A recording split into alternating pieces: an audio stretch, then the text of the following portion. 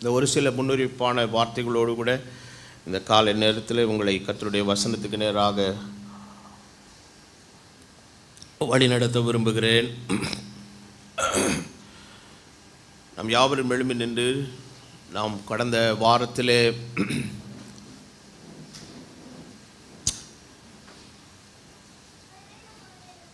ஒரு செய்தியின் தொடராக நாம் அதை ஆரம்பித்தோம். அது இந்த நாளில் நிறைவடைந்துவிடும்.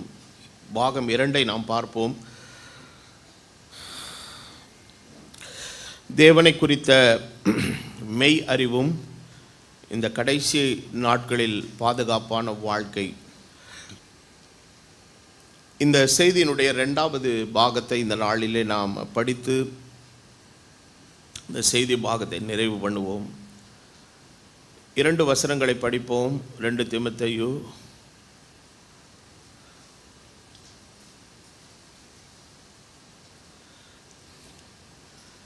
1வது அதிகாரம் 12வது வசனம்.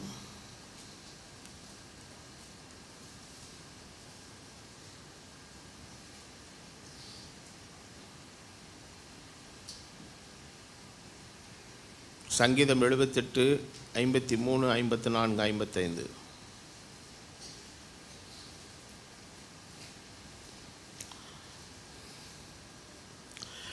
அது நிமித்தம் நான் இந்த பாடுகளை அனுபவிக்கிறேன், ஆயினும் நான் வெட்கப்படுகிறதில்லை. ஏனெனில் நான் விசுவாசித்திருக்கிறவரை இன்னார் என்று அறிவேன். நான் அவரிடத்தில் ஒப்பு கொடுத்ததை அவர் அந்நாள் வரைக்கும் காத்துக்கொள்ள வல்லவராய் இருக்கிறார் என்று நிச்சயித்தும் இருக்கிறேன். 78வது சங்கீதத்தின் 3 வசனங்களை நாம் படிப்போம். 53 முதல் 55 வரை. அவர்கள் பயப்படாதபடிக்கு அவர்களை பத்திரமாய் வழிநடத்தினார். அவர்கள் சத்துருக்களை கடல் மூடி போட்டது. அவர்களை தமது பரிசுத்த ஸ்தலத்தில் எல்லை வரைக்கும் தமது வலதுகரம் சம்பாதித்த இந்த பர்வதம் மட்டும் அழைத்து கொண்டு வந்து அவர்கள் முகத்துக்கு முன்பாக ஜாதிகளை துரத்திவிட்டு தேசத்தை நூல் போட்டு பங்கிட்டு அவருடைய கூடாரங்களில் இஸ்ரவேலின் கோத்திரங்களை குடியேற்றினார். கர்த்தர் தாமே இந்த வேத வாக்கியங்களை ஆசீர்வதித்து தருவாராக. தலைவணங்கி ஜெபம் பண்ணுவோம். எங்களை நேசிக்கிற எங்கள் நல்ல பிதாவே, இந்த நல்ல காலை பொழுதுக்காக நாங்கள் நன்றி செலுத்துகிறோம். உம்முடைய தெய்வீக பிரசன்னத்தை கர்த்தர் இந்த காலை நேரத்தில் நீர் கட்டளையிடும்படி நாங்கள் ஜெபம் பண்ணுகிறோம். இங்கே வந்திருக்கிற ஒவ்வொருவருடைய காரியங்கள், சூழ்நிலைகளை எல்லாவற்றையும் நீர் அறிந்திருக்கிறீர் தகப்பனே. கர்த்தருடைய கிருபை உம்முடைய பிள்ளைகளை ஆட்கொள்ளட்டும். ஒருடைய பிரச்சனைகள், சூழ்நிலைகள் எல்லாவற்றையும் நீர் அறிந்திருக்கிறீர். பலர் பல கஷ்டத்தோடு, வேதனையோடு, ஏக்கத்தோடு உம்முடைய சமூகத்தில் வந்திருப்பார்கள். தேவனுடைய வல்லமை நிறைந்த வார்த்தை உம்முடைய பிள்ளைகளுக்கு நல்ல ஆறுதலையும் தேறுதலையும் தைரியத்தையும் பலத்தையும் தெளிவையும் தரும்படி நான் ஜெபம் பண்ணுகிறேன். பரிசுத்த ஆவியானவர் இந்த இடத்தை நீர் முற்றிலுமாய் பொறுப்பெடுத்துக் கொள்ளும். ஆசீர்வதியும். இயேசுவின் நாமத்தில் வேண்டுதல் செய்கிறேன். ஆமென்.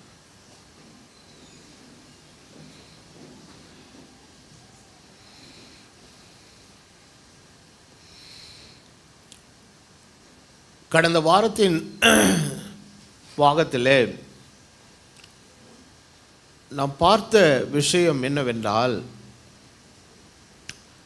நாம் விசுவாசித்திருக்கிறவரை யார் என்று நாம் அறிந்திருக்க வேண்டும்.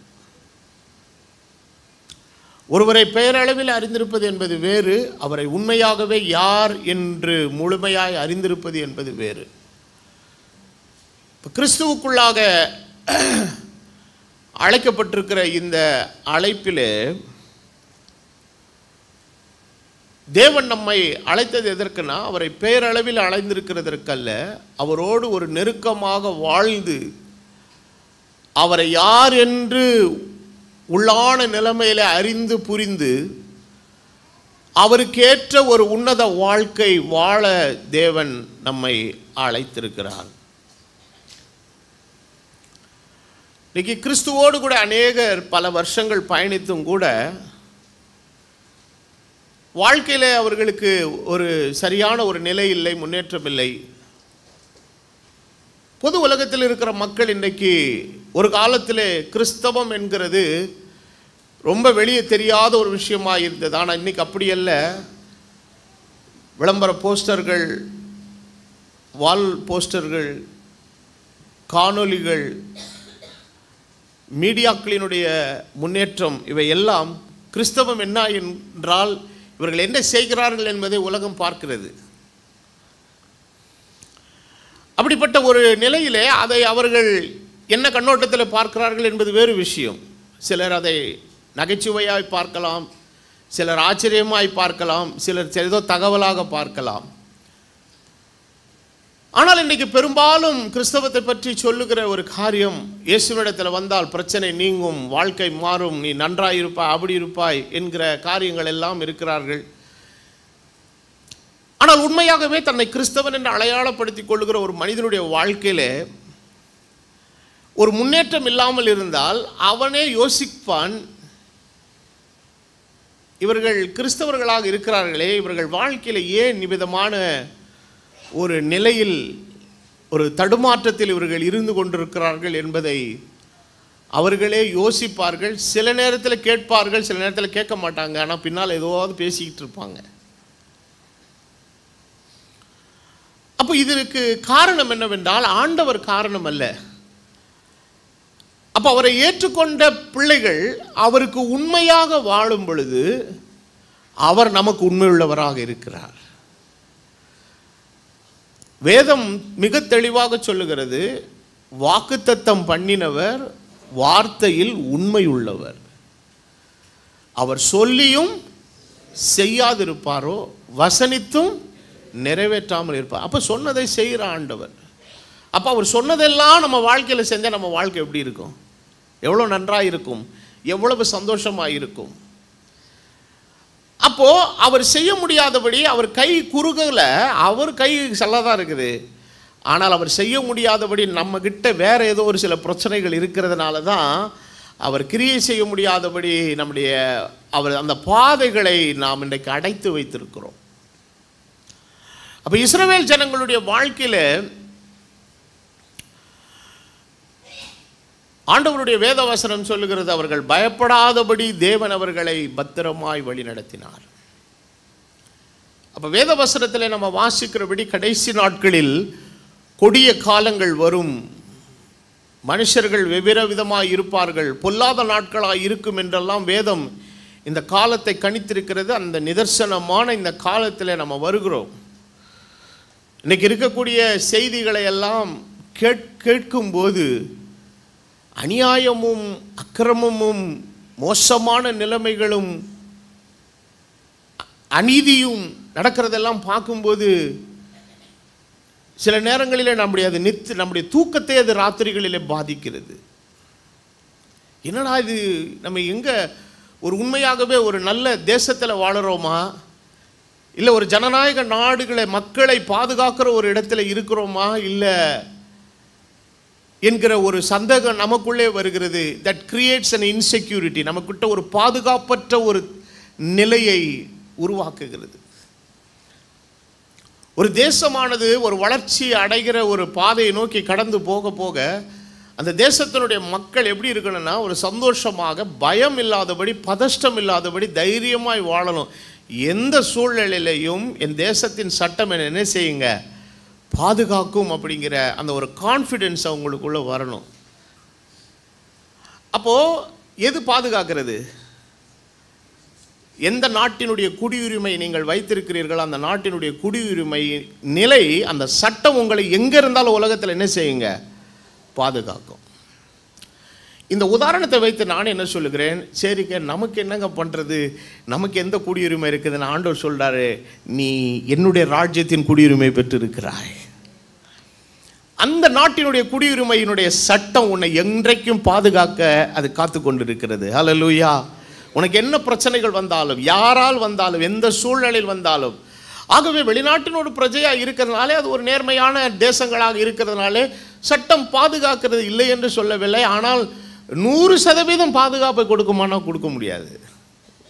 அங்கேயும் என்ன நடக்கிறது, தவறுகள் நடக்கிறது, பிழைகள் நடக்கிறது, குற்றங்கள் நடக்கத்தான் செய்கிறது, எதிர்பாராத அசம்பாவிதங்கள் நடக்கத்தான் செய்கிறது.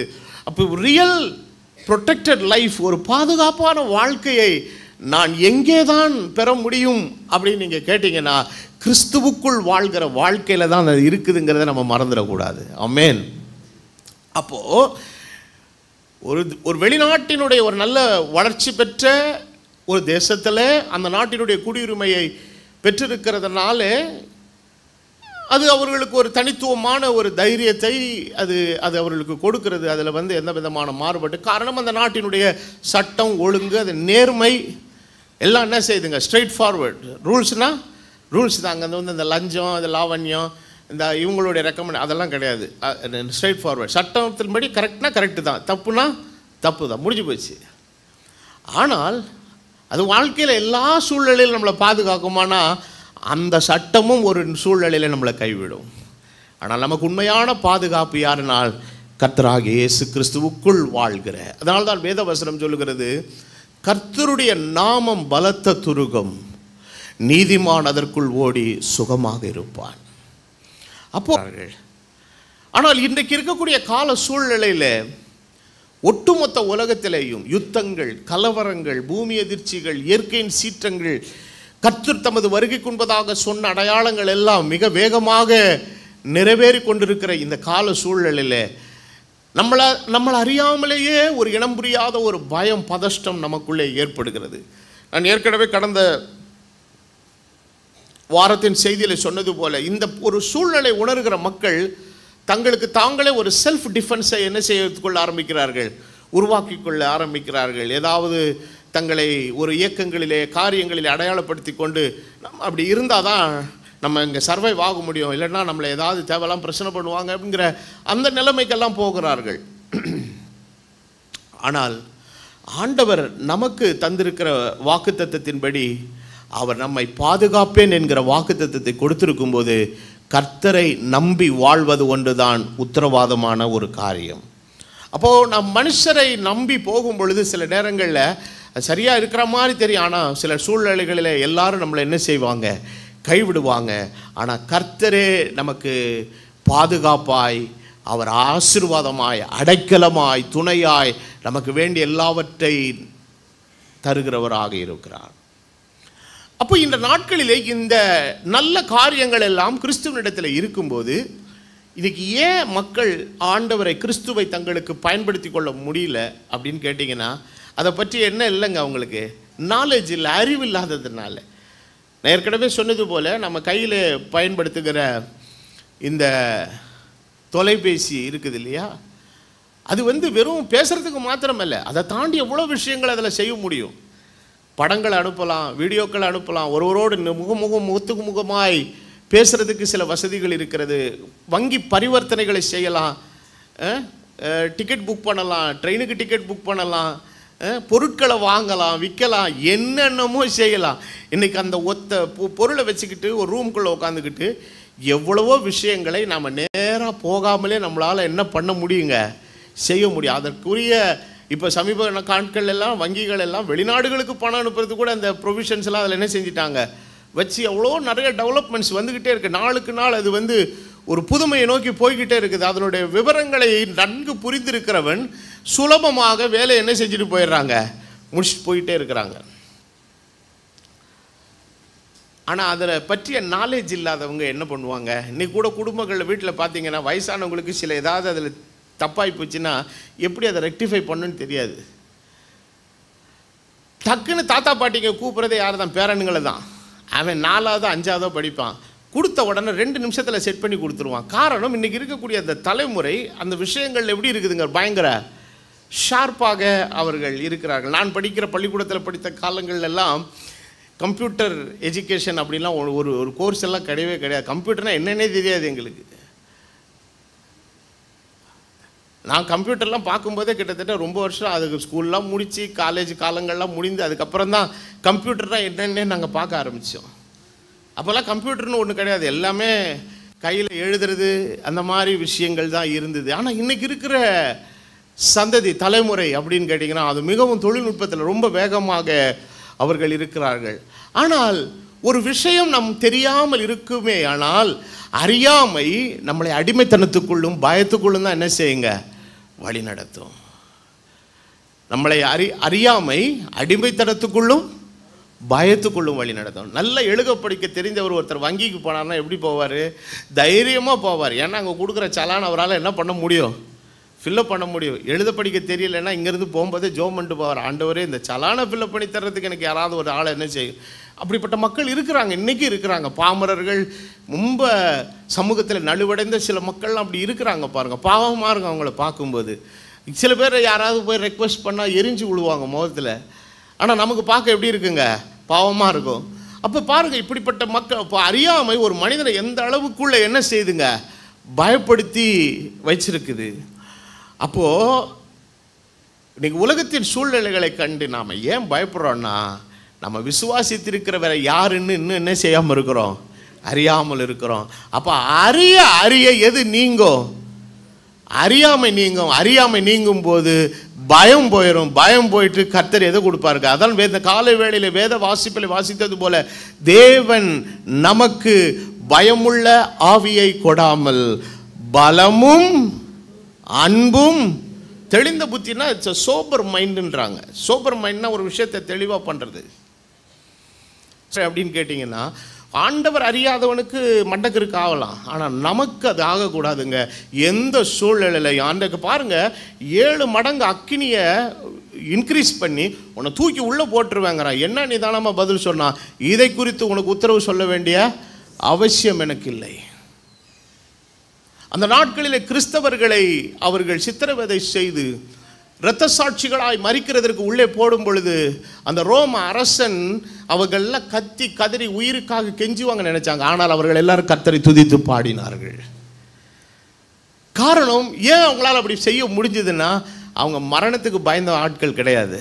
காரணம், மரணத்தை ஜெயமாய் விழுங்கினவரை யார் என்று அறிந்திருந்ததுனாலே. அவர்களுக்கு நன்றாக தெரியும், இந்த பூமியிலே நம்முடைய ஜீவன் கடந்து போனாலும் தேவன் நமக்காக வைத்திருக்கிற அந்த ராஜ்யத்தில் போய் நம்ம சேருவோங்கிற அந்த தைரியம் அவர்களுக்குள்ளே இருந்தது. ஸோ தேவன் நமக்கு பயமுள்ள ஆவியை கொடாமல் பலமும் அன்பும் தெளிந்த புத்தி. அப்போ இந்த தெளிந்த புத்தி எப்போ வரும்னா, அவரை அறிகிற அறிவின் மூலமாய் இந்த அறியாமை நீங்கும் போது ஆட்டோமேட்டிக்காக என்ன வந்துருங்க? தைரியம் வந்துடும். அப்போ எளிமையாக உங்களுக்கு சொல்லணும்னா, உலகத்தில் இருக்கிறவனோ சரி, பிசாசே சரி, புது விசுவாசியை மிரட்டலாம். ஆனால் பழைய விசுவாசியை என்ன செய்ய முடியாது? மிரட்ட முடியாது. அவன் மிரட்டணும்னு ட்ரை பண்ணா விசுவாசி என்ன சொல்லலே, அட இத்து போன பிசாசே, இந்த வித்தையெல்லாம் என்கிட்ட என்ன செய்யாதரா, காட்டாதரா. உலகத்தில் இருக்கிறவனிலும் என்னில் இருக்கிற தேவன் எப்படிப்பட்டவர்? பெரியவர்னு சொல்லிட்டு அவன் எதிர்த்து நின்று அதோடு கூட அவன் யுத்தம் பண்ணுவான். காரணம், உலகத்தில் இருக்கிறவனிலும் நம்மில் இருக்கிற தேவன் பெரியவராக இருக்கிறார். ஸோ இதனுடைய அடிப்படையில் தான் நான் கடந்த வாரத்தில் தேவனை பற்றிய விஷயத்தில் ஒரு 3 முக்கியத்துவம் வாய்ந்த விஷயங்களை உங்களுக்கு சொன்னேன். அவரே சகலத்தையும் படைத்த சிருஷ்டிகர்த்தா. இந்த ஒரு பேசிக் நாலேஜ் நமக்கு வேணும். இந்த அடிப்படை அறிவு நமக்கு தேவை. அப்போது இந்த சரீரத்தை பார்க்கும்போது நிறைய நேரங்களில் நமக்கு இந்த சரீரத்தில் சில பிரச்சனைகள் கஷ்டங்கள்லாம் வருது. ஒரு நல்ல ஒரு மருத்துவர் ஒரு முறை ஒரு காணொளியில் பேசும்போது விதமாக சொன்னார், ஆண்டவர் இந்த சரீரத்தை படைத்ததனுடைய நோக்கம் என்னென்னா, இதில் ஏதாவது ஒரு சில பிரச்சனைகள் வந்தால் ஒரு சில டைமில் அது தானாகவே தன்னுடைய பிரச்சனை அதை என்ன பண்ணிக்கொள்ளும், சரி பண்ணிக்கொள்ளக்கூடிய அந்த மெக்கானிசத்தை கர்த்தர் என்ன செய்திருக்கிறாருங்க, இந்த சரீரத்தில் வச்சிருக்கிறார். ஒரு காயம் ஏற்பட்டுச்சு, நீங்கள் மருந்து போட்டாலும் சரி, மருந்து போடலனாலும், மருந்து போட்டால் என்ன கொஞ்சம் 2 நாளில் சரியாகும். மருந்தே போடலைன்னா ஒரு வாரம் கழிச்சுன்னா அது ஆட்டோமேட்டிக்காக அது என்ன செய்திருங்க, பட்டு போயிடும். அது தானாகவே தன்னை சரிப்படுத்தி கொள்ளக்கூடிய அந்த ஒரு மெக்கானிசத்தை ஆண்டவர் அதுக்குள்ளே கொடுத்துருக்கிறார். அப்போது சிலருக்கு அது சரியாக வேலை செய்யலன்னும் போது தான் வியாதி அவர்களை என்ன செய்ய ஆரம்பிக்குதுங்க, மேற்கொள்ள ஆரம்பிக்கிறது. அப்போது ஒரு அடிப்படையில் நாம் புரிந்து கொள்ளணும், இந்த சரீரம் தேவனால் படைக்கப்பட்டது, இந்த உலகம் தேவனால் படைக்கப்பட்டது. நமக்கு தேவன் உண்டாக்கி இருக்கிற சகல காரியங்களும் தேவன் நம்முடைய நன்மைக்காக உண்டாக்கி இருக்கிறார். ஹல்லேலூயா. தேவன் நம்முடைய நன்மைக்காக என்ன செய்திருக்கிறாருங்க, உண்டாக்கி இருக்கிறார். அப்போ தேவன் உண்டாக்கின ஏதாவது நமக்கு தீமையா இருக்குமானா நிச்சயமா என்ன செய்யாதுங்க, தீமையாய் ஆகவே ஆகாது. அது எல்லாவற்றை தேவன் நம்முடைய ஜீவியத்தில் நன்மைக்காக வைத்திருக்கிறார். இப்போ பாம்பை பார்க்குறோம், பாம்பு என்ன உள்ளதுன்றோம், விஷம் உள்ளது. சரி, பாம்பு கடித்தா விஷம் முறிவு எதுலேருந்து எடுக்கிறாங்க? பாம்புனுடைய விஷத்துலேருந்து தான் எடுக்கிறாங்க. அது நிறைய பேருக்கு தெரியாது. அதுக்கு என்னமோ ஒரு லேபரேட்டரியில் 4 மெடிசனை போட்டு கொண்டாடுறாங்கன்னு நினைக்கிறேங்க. பாம்புனுடைய விஷத்தை முறிக்கிறதுக்கு விஷயமே இதுலேருந்து தான் எடுக்கிறாங்க, பாம்பின் விஷத்துலேருந்து தான் எடுக்கிறாங்க. ஸோ ஆண்டவர் எதையும் நமக்கு என்ன செய்யலைங்க, தீமையாக ஆண்டவர் செய்யவில்லை. எல்லாவற்றையும் தேவன் அதனால தான் நம்ம இன்றைக்கி சிருஷ்டிப்பை நம்பணும், தேவனை நான் நம்பணும், தேவன் படைத்த. ஆனால் இன்றைக்கு அறிவியல் உலகம் இந்த அறிவிலிருந்து ஒட்டுமொத்த மனுஷனை என்ன பண்ணி வச்சிருச்சிங்க, திசை திருப்பி கடவுள்லாம் ஒன்று இந்த உலகத்தை படைக்கலை, எல்லாம் தானாக உண்டாச்சு. வானத்தில் 2 ஏரிகள் என்ன செஞ்சிச்சு, ஒன்றோட ஒன்று மோதிச்சு. That is call the big bang. அது முடிஞ்ச உடனே அங்கேருந்து ஒரு கல் விழுந்து தான் பூமி வந்துச்சு. மனுஷன் குரங்கானா குரங்குலேருந்து தான் என்ன உண்டானா, மனுஷன் உண்டானா. அப்போ மனுஷன் குரங்குலேருந்து மனுஷன் வந்துட்டானா, மனுஷன் வந்ததுக்கப்புறம் குரங்கு ஏண்டா இருக்குன்னு கேட்டால் அதுக்கு பதில் இல்லை. குரங்குலேருந்து மனுஷன் வரல, ஆனால் மனுஷன் நிறைய நேரங்களில் குரங்கு மாதிரி இருக்கிறான். அது வேணா உண்மை, அதை வேணா ஒத்துக்கலாம். அப்போ குரங்கா கடவுள் படைச்சாரு, கொசுவாக படைச்சாரு, புலியாக படைச்சாரு, நாயாக படைச்சார், மனுஷனை மனுஷனாய் படைத்தார். தேவன் அவர்களை ஆணும் பெண்ணுமாக சிருஷ்டித்தார். அப்போ மனிதன் இயற்கையை நம்பாமல் இயற்கைக்கு விரோதமாக அவன் செய்கிற எல்லாம் ஒரு நாள் அவனை திருப்பி அடிக்கும்.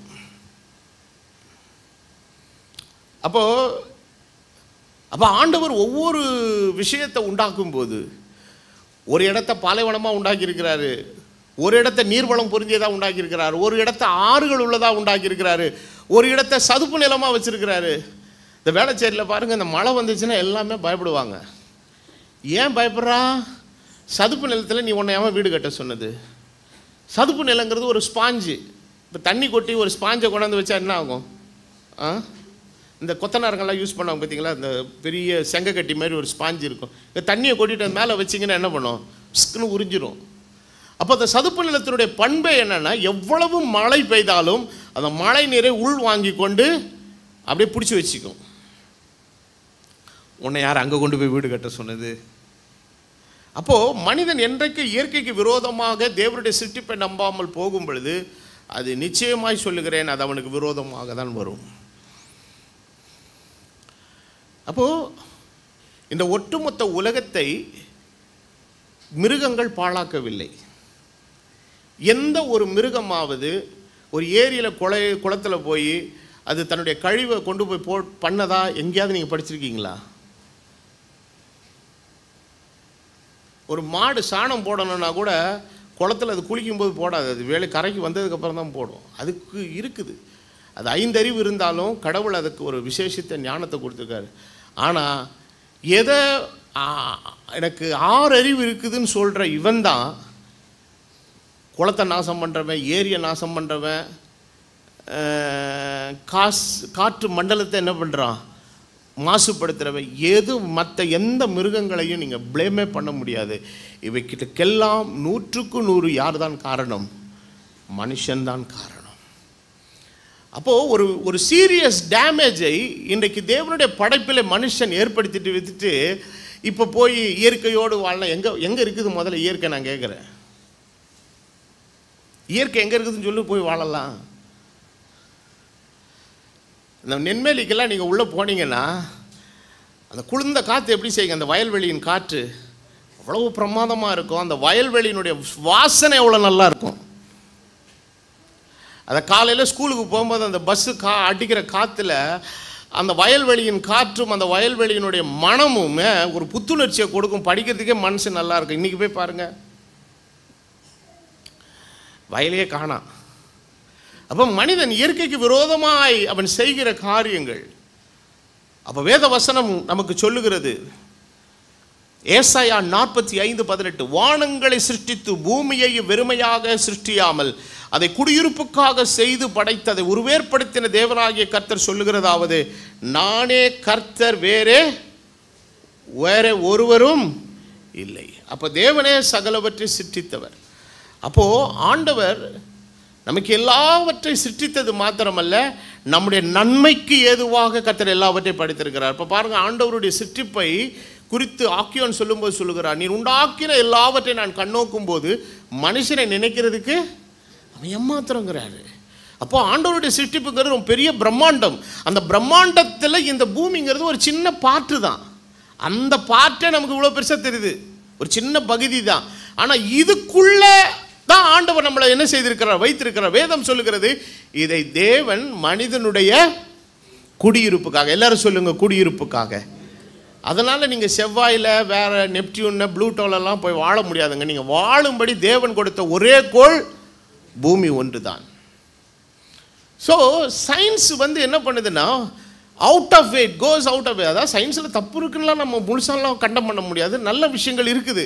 ஆனால் நிறைய விஷயங்கள் இட் கோஸ் அவுட் ஆஃப் வே. அது தேவனுடைய ஒழுங்குக்கு முறைமைக்கு எப்படி இருக்குதுங்க, மாறாக அது செல்றதுனால இன்னைக்கு மனுஷன் தேவனை நம்புகிறதை விட எதை தான் ரொம்ப நம்புகிறான்? I believe in சயின்ஸுங்கிறான்.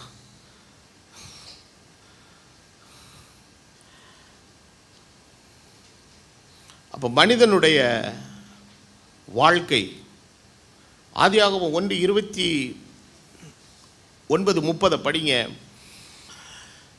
பின்னும் தேவன் இதோ பூமியின் மேல் எங்கும் விதை தரும் சகலவித பூண்டுகளையும் விதை தரும் கனிமரங்களாகிய சகலவித விருட்சங்களையும் உங்களுக்கு கொடுத்தேன், அவைகள் உங்களுக்கு ஆகாரமாக இருக்க கிடக்குது. சகலவித முறுக்கு பாக்கெட்டுகளையும் பிஸ்கெட்டுகளையும் கேக்குகளையும் ஐஸ்கிரீம்களையும் உங்களுக்கு அங்கே எழுதியிருக்கு. ஸோ நம்ம ஒரு விஷயத்தை இயற்கையாக செய்து உணவு உட்கொள்ளும் போது அது நம்முடைய சரீரத்துக்கு என்ன கொடுக்குது? ஆரோக்கியத்தை கொடுக்குது. அப்போது ஒரு விஷயம் நாள்பட அது கெட்டு போகாமல் இருந்து அது நம்மளுடைய கன்சம்ஷனுக்கு வருதுனால அதில் வேற என்னமோ என்ன செஞ்சுருக்கிறாங்கன்னு அர்த்தம், கலக்கப்பட்டிருக்கிறது. இந்த ப்ரிசர்வேட்டிவ்ஸ் நிறைய போடப்பட்டிருக்கிறது. அதெல்லாம் கடைசியில் மனுஷனுக்கு என்னவா மாறுதுங்க? தீமையாக மாறுது. அப்போது இவைகளை எல்லாவற்றையும் இன்றைக்கு நம்ம உணர்ந்து கொண்டு, இப்போ இன்றைக்கு கிறிஸ்தவ உலகத்தில் 7th Day Adventist அப்படின்னு சொல்லிட்டு ஒரு சபை பிரிவு இருக்கிறாங்க. அவங்க 7ஆம் நாள் தான் ஆராதனை செய்வாங்க. அவங்களுடைய தியோலாஜிக்கல் ஸ்டடியில் how to live a healthy லைஃப்ங்கிறதுக்கான ஒரு ஸ்டடியை வச்சுருக்கிறாங்க. அவங்க சபைகளெல்லாம் இந்த கார்பனேட்டட் ட்ரிங்க்ஸ் எல்லாம் என்ன செய்கிறது இல்லைங்க, குடிக்கிறது கிடையாது. அவங்க சபையினுடைய கோட்பாடு படி எது குடிக்கக்கூடாது? காஃபி குடிக்கக்கூடாது, காஃபி டீ குடிக்கக்கூடாது. அதெல்லாம் அவங்களுடைய டீச்சிங்ஸில் இருக்குது. So how to live a healthy லைஃப்ங்கிற ஒரு விஷயத்தை அவர்கள் பேசுகிறார்கள், சொல்லிக் கொடுக்குறாங்க, சபைக்கு சொல்லிக் கொடுக்குறாங்க, நீ எப்படியெல்லாம் பண்ணலான்னு சொல்லிட்டு. ஸோ வேதத்தில் எல்லாமே இருக்கிறது. அப்போ நாம் இந்த பூமியிலே வாழ்வதற்கு, அப்போ நமக்கு பயம் வேறு வேறு விஷயங்கள்லாம் வர்றதுக்கு முன்னாடி நமக்கு அநேகருக்கு வர்ற பயமே எங்கே வரும் தெரியுமா? டைனிங் டேபிளில் ஒரு பயம் வரும். டைனிங் டேபிளில் வர்ற பயம் என்னன்னு கேட்டிங்கன்னா, என்ன பயம்? இதை சாப்பிடலாமா சாப்பிடக்கூடாதா? எண்ணெய் பாட்டிலை பார்த்தா பயம், நெய் பாட்டிலை பார்த்தா பயம், முட்டையை பார்த்தா பயம், இறைச்சி கடையில் போய் இறைச்சி அப்படி திருப்பி பார்த்தா பயம், சிக்கன் கடையை பார்த்தா பயம். இப்படி வாழ்க்கையில் எல்லாத்துக்கும் பயந்தால் ஒன்றுமே செய்ய முடியாது. ஆனால் நீங்கள் எதுக்கெல்லாம் பயப்படுறீங்களோ அத்தனையும் கர்த்தர் தான் படைத்திருக்கிறார். அல்லேலூயா. உண்மையிலே நீங்கள் பயப்பட வேண்டியது எதுனா, அந்த சூப்பர் மார்க்கெட்டில் கலர் கலராக பாக்கெட்டாக அடக்கி வச்சுருக்காம பாருங்கள், அதை கண்டு தான் நீங்கள் பயப்படணும். ஆனால் பயப்பட வேண்டிய விஷயத்துக்கு பயப்படாமல் பயப்படக்கூடாத விஷயத்துக்கு என்ன செய்கிறாங்க? ஆமாம், ஆண்டவர் வேதத்தில் வாசிக்கிறோம், உன்னுடைய அப்பத்தையும் தண்ணீரையும் ஆசீர்வதிப்பேன், வியாதியை உன்னை விட்டு விலக்குவேன், நானே உன் பரிகாரியான கர்த்தர். அப்போது வேதத்தில் ஆண்டவர் ஜெபிக்கும்போது கற்றுக் கொடுக்குறார், அன்றன்றுள்ள அப்பத்தை இன்று எங்களுக்கு தாரும். அப்போ உருளைக்கிழங்கும் முட்டையும் கத்திரிக்காயும் வந்து இருக்குதுன்னா இது கர்த்தர் முதல், அது கர்த்தர் படைச்ச, மூணுமே கர்த்தர் படைச்சது. இது மூணையும் கர்த்தர் இந்த நாளில் நமக்கு ஆகாரமாக கொடுத்துருக்கிறார். மட்டாய் சாப்பிடு, அளவுக்கு மீறி சாப்பிட்டால். இந்தியாவில் ஒரு ஸ்டடி எடுத்தாங்க, எங்கே டயபெட்டிஸ் ஜாஸ்தி இருக்குதுன்னு சொல்லிட்டு.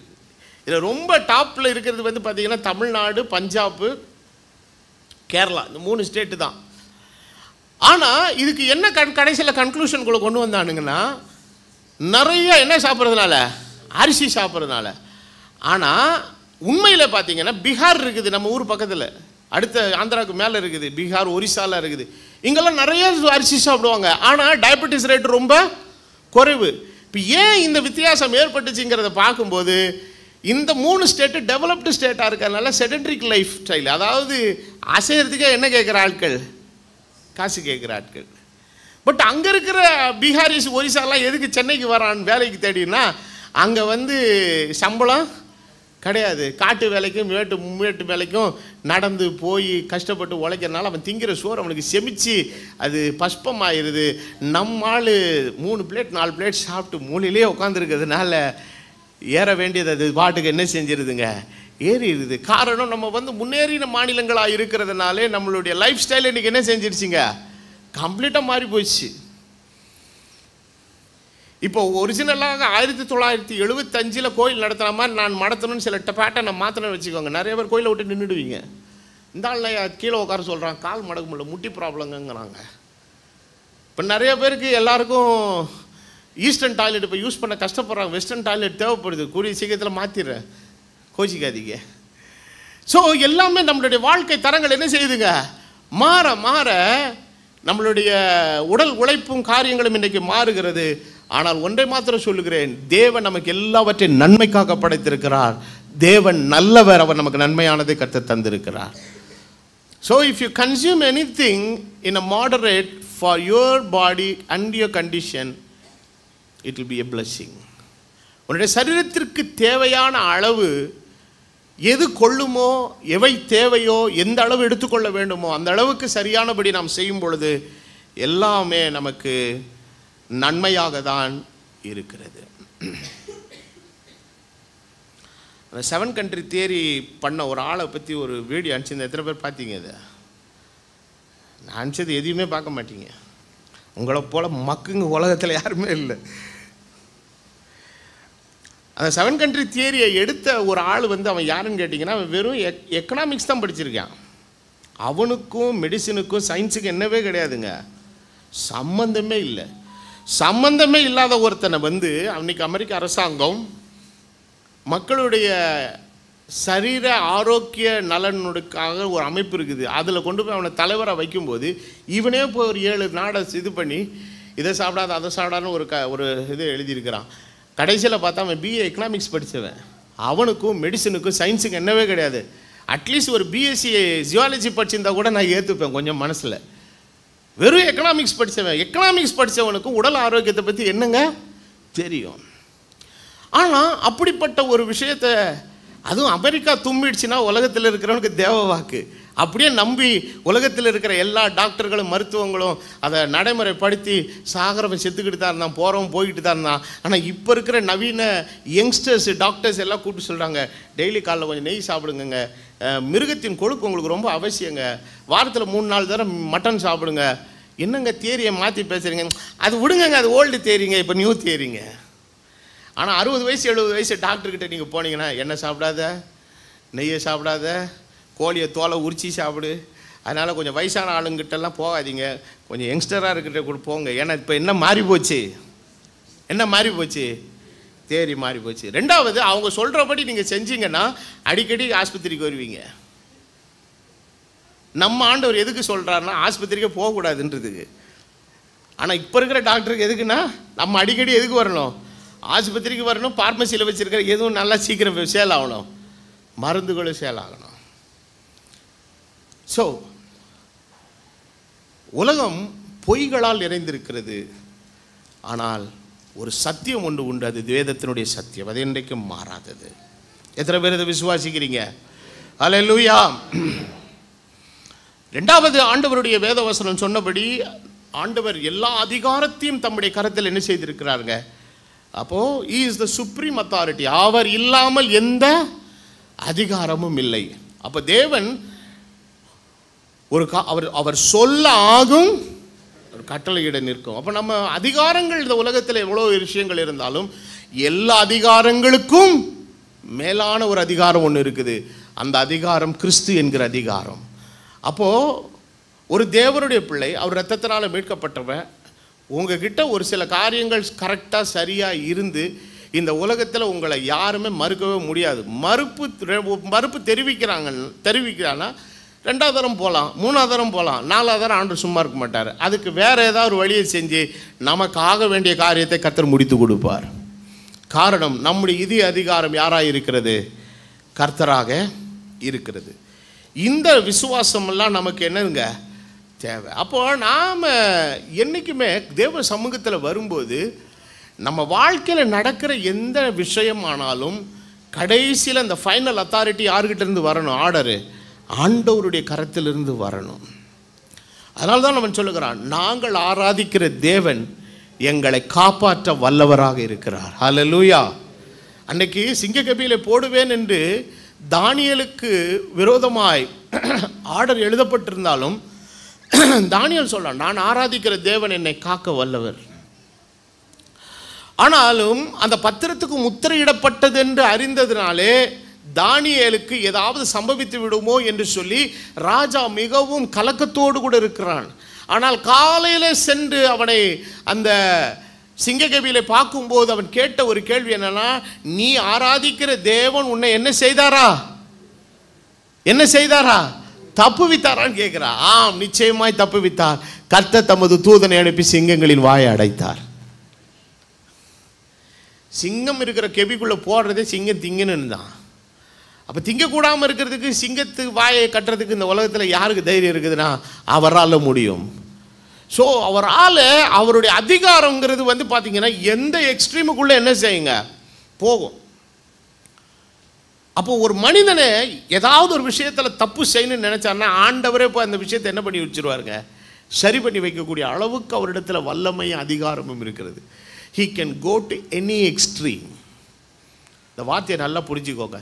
அப்போது இதெல்லாம் நம்ம அறிஞ்சிட்டோன்னு வச்சுக்கோங்களேன், இந்த மனிதனுடைய அச்சுறுத்தல்களுக்கெல்லாம் நம்ம என்னவே பட மாட்டோங்க, என்னவே பட மாட்டோம், பயப்படவே மாட்டோம். வேதவசனம் சொல்லுகிறது, அவர்கள் பயமுறுத்துதலுக்கு நீங்கள் என்ன செய்யாமல் இருங்கள், பயப்படாமல் இருங்கள். அப்போது நமக்கு போகிற பாதையில் எல்லாரும் வருவாங்க, நமக்கு எதிராளிகள் வருவாங்க, சத்துருக்கள் வருவாங்க. ஆனாலும் கர்த்தர் ஒவ்வொரு முறை சொல்லுறார், நீங்கள் சும்மா இருப்பீர்கள், கர்த்தர் உங்களுக்காக யுத்தம் பண்ணுவார்.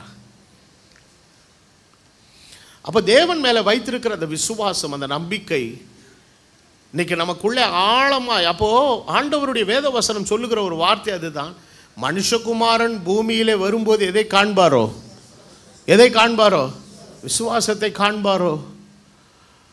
அப்போது இன்றைக்கி உலகத்தில் மனுஷனுடைய இது எப்படின்னு கேட்டிங்கன்னா, ரொம்ப ஒரு மாதிரி டிபெண்டன்சிக்குள்ள காரியங்களுக்குள்ள மக்களை கொண்டு போய் புஷ் பண்ணி தேவன் மேலே வைத்திருக்கிற விசுவாசத்திலிருந்து மக்களை என்ன பண்ணி வச்சுருக்கிறாங்க, தூரமாக. அப்போ மக்கள் வந்து ஏதாவது ஒரு விஷயத்தை சார்ந்திருந்தால்தான் எப்படி இருக்க முடியும், தைரியமாக இருக்க முடியும். இன்றைக்கி இந்த பீதி வந்து ஊழியக்காரங்களுக்குள்ளே இருக்குது. தனித்து ஊழியம் செய்ய யாருக்குமே என்ன இல்லைங்க, தைரியம் இல்லை. எங்கேயாவது போய் சேர்ந்துக்கலாமா, ஏதாவது ஒரு ஆர்கனைசேஷன், நமக்கு நாளைக்கு ஏதாவது ஒரு பிரச்சனை வந்துட்டால் யார் என்ன பண்ணுவா, நான் யார் நமக்காக வந்து பேசுவா, யார் நமக்கு குரல் கொடுப்பா, அந்த மாதிரிலாம் சிலர் பயப்படுறாங்க. ஆனால் ஆண்டவர் சொல்கிறாரு, நான் என்னுடைய சபையை கட்டுவேன், பாதாளத்தின் வாசல்கள் அதை என்ன செய்கிறதில்ல. அப்போ நீங்கள் செய்கிற ஊழியம் தேவனால் அழைக்கப்பட்ட ஊழியமாய் தேவனுடைய சித்தத்தின்படி தேவனுடைய நோக்கத்தின்படி செய்ய நீங்கள் போகும் பொழுது தடைகள் எழும்பினாலும் தடைகளை மாற்றுகிற தேவன் நம்மளோடு இருக்கிறார். அவர் செய்ய நினைத்தது என்ன செய்யாது. அவர் தேவன் சர்வத்தையும் சிருஷ்டித்தவர், சர்வத்தையும் மேலே அதிகாரம் உள்ளவர், அவர் சர்வ வல்லமையுள்ள ஆண்டவர். அதனால தான் வேதவசனம் சொல்லுகிறது, மாம்சமான யாவருக்கும் தேவனாகிய கர்த்தர் என்னாலே செய்யக்கூடாத அதிசயமான காரியம் ஒன்றுண்டோ. அன்றைக்கி ஒருத்தன் போய் ஒரு மரத்தை வெட்டுறான், கோடாலி பிடிங்கிட்டு போய் என்ன செஞ்சிருச்சு, தண்ணியில் விழுந்துச்சு. ஆனால் சயின்ஸ் என்ன சொல்லும், இரும்பு என்ன செய்யும், தண்ணிக்குள்ளே போகும். காரணம், தண்ணீரினுடைய அடர்த்தியை விட இரும்பினுடைய அடர்த்தி கூடுதலாக இருக்கிறனால இதுதான் சயின்ஸு. ஆனாலும் இரும்பு மிதந்துச்சா மிதக்கலையா? தண்ணியில் நடக்க முடியுமா? சத்தியமாக நடக்க முடியாது. ஆனால் இயேசு நடந்தார். அப்போது எது ஒன்று சயின்ஸ் படி இப்படி தான் நடக்கும்னாலும் அதுக்கு டோட்டல் ஆப்போசிட்டாக செய்ய வைக்கிறதா யாருடைய வேலை? காலையில் கிழக்கிலே தோன்றி மேற்கில் என்ன செய்யணுங்க, மறையணும். ஆனால் யோசுவா சொல்லுகிறான், சீரியனே அங்கே தரித்து நில்லுன்னும் போது நின்றுச்சா நிற்கலையா? அப்போது அவரால் செய்ய முடியாத அதிகாரம் வல்லமை என்கிறது ஒன்றுமே இல்லைங்க. அவரா அப்படிப்பட்ட ஒருத்தரை நம்ம வாழ்க்கையில் தெய்வமாக அறிஞ்சிட்டு நம்ம தொட்டினது தடுக்கிறதுக்கெல்லாம் பயப்படுறது என்னவே இல்லைங்க. சரியே இல்லை. அப்போது நம்ம என்னென்னா ஏன் பயப்படுறோன்னா, இன்னும் தேவனை அறிகிற அறிவிலும் வராமல் இன்னும் தேவனோடு நமக்கு இன்னும் என்ன உண்டாகலைங்க. சிலருக்கு இன்னொரு லெவல் பீப்புள் இருப்பாங்க. இதெல்லாம் 100க்கு 100 நம்புகிறேங்க, ஆனால் அவங்களுக்கும் செய்வார், ஆனால் எனக்கு செய்வாரா? என்னது எனக்கு? ஆனால் தேவன் பட்சபாதம் உள்ளவர் அல்ல. தம்முடைய பிள்ளைகள் யாவருக்கும் தேவன் இந்த காரியங்களை செய்யக்கூடியவர். ஆமென். அன்றைக்கு ஆபிரகாமுக்கு உதவி செய்த அதே ஆண்டவர் தான் அந்த ஆபிரகாமுடைய வேலைக்காரியை தனக்கு மனைவியாக்கி கொண்டு அவள் அழுது கொண்டு ஓடும் பொழுது அந்த ஆகாருக்கும் கர்த்தர் ஏதோ உண்டாக்கினாருங்க. நீரூற்றை வனாந்திரத்தில் தேவன் உண்டாக்கினார். அப்போது தேவனாலே செய்ய முடியாத அதிசயமான காரியங்கள் ஒன்றுமே இல்லை. நான்காவதாக அவரை குறித்து நாம் அறிய வேண்டிய ஒரு காரியம் 139வது சங்கீதத்தின் 1வது வசனம். அவர் தேவன் எங்கேயும் வியாபித்திருக்கிற ஆண்டவர். ஸோ அவருடைய கண்களுக்கு எதுவுமே என்ன கிடையாதுங்க, மறைவுன்றது கிடையாது. அப்போது பெரிய சிசிடிவி கேமராவே யாரு தான்? ஆமாம், அவர் எல்லா இடத்துலையும் பார்த்துக்கிட்டு இருக்கிறாரு. இப்போ சிசிடிவி கேமரா கூட நம்ம எங்கே போடுறோமோ அதனுடைய ஏரியா வரைக்கும் தான் அது கவரேஜ் பண்ணும். ஆனால் தேவன் அப்படி இல்லை. அவருடைய கண்கள் பூமி எங்கும் சுற்றி உலாவிக் கொண்டிருக்கிறது. அது வெளியையும் பார்க்கும், உள்ளேயும் பார்க்கும், நம்ம மண்டைக்குள்ளேயும் பார்க்கும், நம்முடைய இருதயத்தின் எண்ணங்களையும் பார்க்கக்கூடியது. அப்போது இப்படிப்பட்ட ஒரு சர்வ வியாபியை குறித்து வேதத்தில் வாசிக்கிறோம். 139வது சங்கீதத்தின் 1வது வசனத்தில், தேவனே கர்த்தாவே, நீர் என்னை ஆராய்ந்து அறிந்திருக்கிறீர், என் உட்காருதலை என் எழுந்திருக்குதலை நீர் அறிந்திருக்கிறீர், என் நினைவுகளை தூரத்திலிருந்து அறிகிறீர். நான் என்ன சொல்கிறேன்னா, நீங்கள் யாராவது ஒருத்தர் வந்து என் மண்டைக்குள்ளே இடிச்சுக்கிட்டே வேணால் நில்லுங்களேன், என் மண்டையில் இருக்குது எதான்னு சொல்லுங்களேன், அடுத்து என்ன பாயிண்ட் பேச போகிறேன்னு சொல்லுங்களேன், உங்களால் சொல்ல தெரியாது. மண்டைக்கு மண்டை இடித்தாலும் சொல்ல தெரியாது. ஆனால் தேவன் நம்முடைய நினைவுகளை எங்கேருந்து அறிகிறாராம்? தூரத்திலிருந்து அறிகிறார். அவன் நினைவுகளை தூரத்திலிருந்து அறிகிறேன். நான் நடந்தாலும் படுத்திருந்தாலும், நீங்கள் படுத்திருக்கும் போது உங்களை கர்த்தருடைய பிரசன்னம் பாதுகாத்து கொண்டிருக்குது. எத்தனை பேர் இதை விசுவாசிக்கிறீங்க? நீங்கள் தூங்குறீங்க, உங்களுக்கு அந்த தூக்கத்தில் நீங்கள் என்ன கோலத்தில் இருக்கிறீங்கன்னு உங்களுக்கே தெரியல. ஆனாலும் உங்களை பாதுகாக்கிற தேவன் உங்களை பார்த்து கொண்டிருக்கிறார். உனக்கு ஒரு தீமை வராதபடி உன்னுடைய நித்திரையை இன்பமாக்குகிற தெய்வம் உன்னோடு கூட அவர் இருக்கிறார். நீ உட்கார்ந்தலே அறிந்திருக்கிறீர், என் எழுந்திருக்குதலை அறிந்திருக்கிறீர், என் நினைவுகளை தூரத்திலிருந்து அறிகிறீர். நான் நடந்தாலும் சரி படுத்திருந்தாலும் சரி என்னை சூழ்ந்திருக்கிறீர், என் வழிகளெல்லாம் உமக்கு தெரியும்.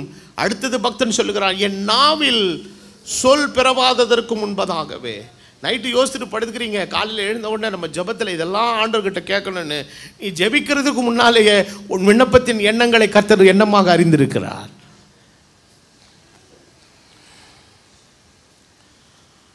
முற்புறத்திலும் பிற்புறத்திலும் நீர் என்னை நெருக்கி உமது கரத்தை என்மேல் வைக்கிறீர்.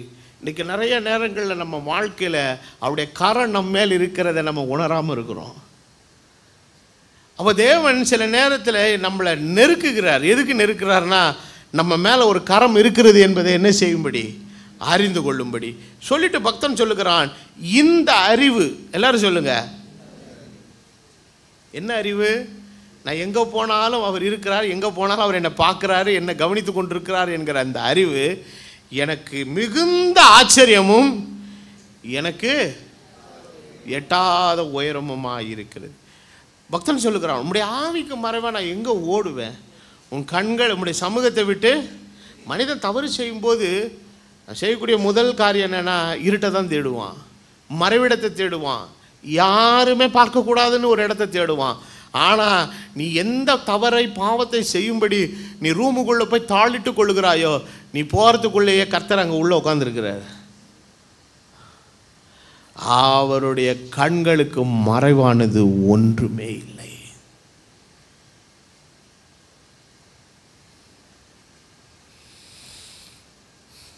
இன்னும் சொல்லுகிறான் பக்தன், உம்முடைய சமூகத்தை விட்டு எங்கே ஓடுகிறேன்? யோனாவை பார்த்து கர்த்தர் கேட்கிறாரு, எங்க ஓடுறேன்னு கேட்கிறாரு. ஆண்டவரே, நான் எங்கே போகிறேன்? தர்ஷீஸுக்கு போகிறேன். நான் உன்னை நினிவேக்கு தானே போக சொன்னேன், உன்னை யார் தர்ஷீஸுக்கு போக சொன்னது? அப்போ 3 நாள் ஃபாஸ்டிங் ப்ரேயரு அந்த மீனின் வயிற்றுக்குள்ளே நடக்குது. அதில் தான் அவனுக்குள்ள ஒரு பெரிய மாற்றம் வருது. அப்போ நினிவேக்கு செய்தி அனுப்புகிற ஊழியக்காரன் மனம் திரும்பாமல் நினிவே ரட்சிக்கப்பட போகிறது இல்லை. இந்த காலை வேளையில் சொல்லுகிறேன், மனம் திரும்புதலின் செய்தியை அறிவிக்க போகிற ஒவ்வொரு ஊழியக்காரனும் நீ முதல்ல மனம் திரும்பாமல் உன் பிரசங்கத்தை கேட்குற யாரும் ரட்சிக்கப்பட போகிறது இல்லை. அப்புறம் நினிவேக்கு போய் பிரசங்கம் பண்ணுகிறான். கர்த்தர் அவர்கள் மேலே வரப்பண்ணின தீங்கை வராமல் தடுத்து போட்டார். பக்தன் சொல்லுகிறான், நான் வானத்துக்கு ஏறினாலும் நீர் அங்கே இருக்கிறீர், பாதாளத்தில் படுக்கை போட்டாலும் அங்கே இருக்கிறீர், விடியற்காலத்து செட்டைகளை எடுத்து சமுத்திரத்தின் கடையாந்திரங்களில் போய் தங்கினாலும் அங்கேயும் அது கை என்னை நடத்தும், அது வலதுகரம் என்னை பிடிக்கும், இருள் என்னை மூடிக்கொள்ளும் என்றாலும். என்னது? இருள் என்னை மூடிக்கொண்டாலும்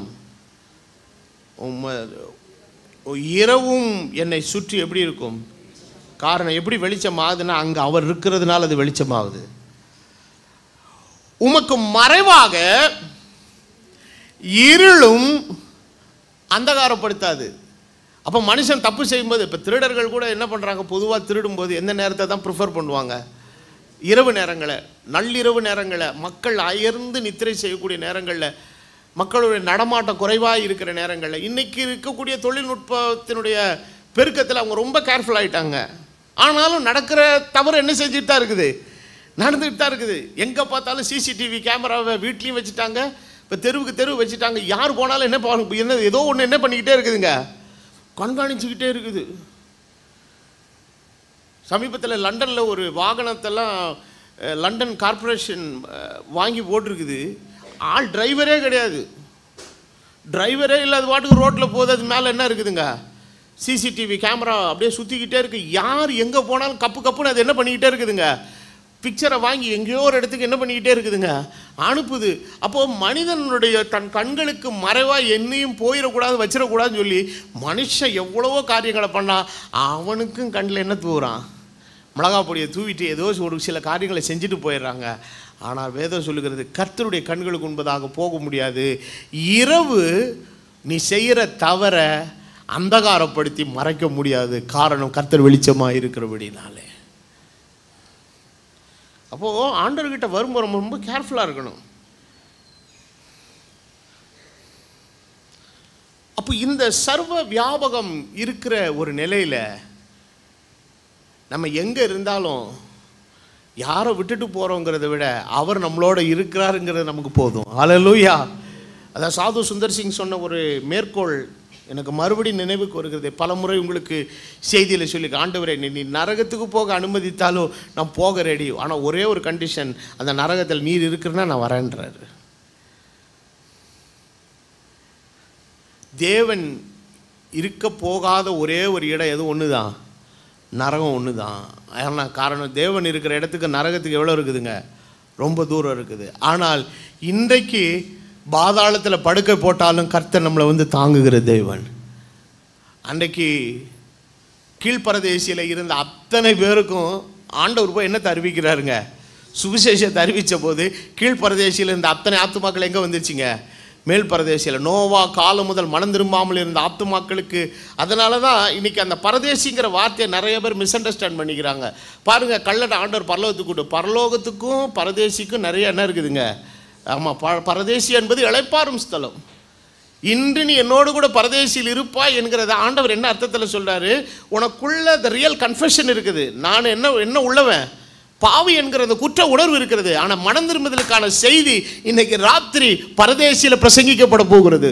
நோவா காலம் முதல் மனம் திரும்பாத ஆத்துமாக்கள் அந்த செய்தி என்ன பண்ண போகிறாங்க, கேட்க போகிறாங்க. நீ அந்த பரதேசிக்கு என்ன செய், வான்னு ஆண்டவர் கூட்டிட்டு போகிறாரு.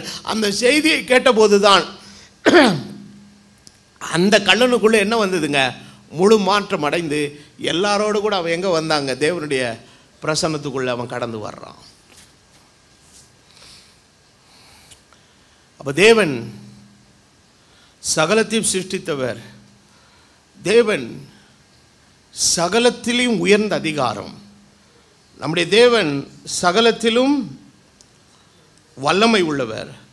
அவர் எங்கும் அவர் வியாபித்திருக்கிற சர்வ வியாபி.